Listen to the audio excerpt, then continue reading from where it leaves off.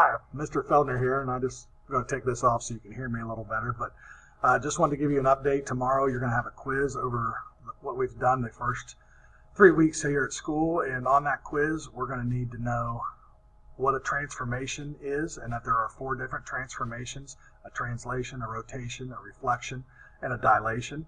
We're also going to need to know that the original figure when we're translating is called the pre-image, while the figure that we slide to create is called the image. And I kind of liken that to a preview of a movie. So the pre-image comes first, the preview comes first, and then followed by the image. We also need to know that congruent figures have equal or the same corresponding sides and corresponding angles.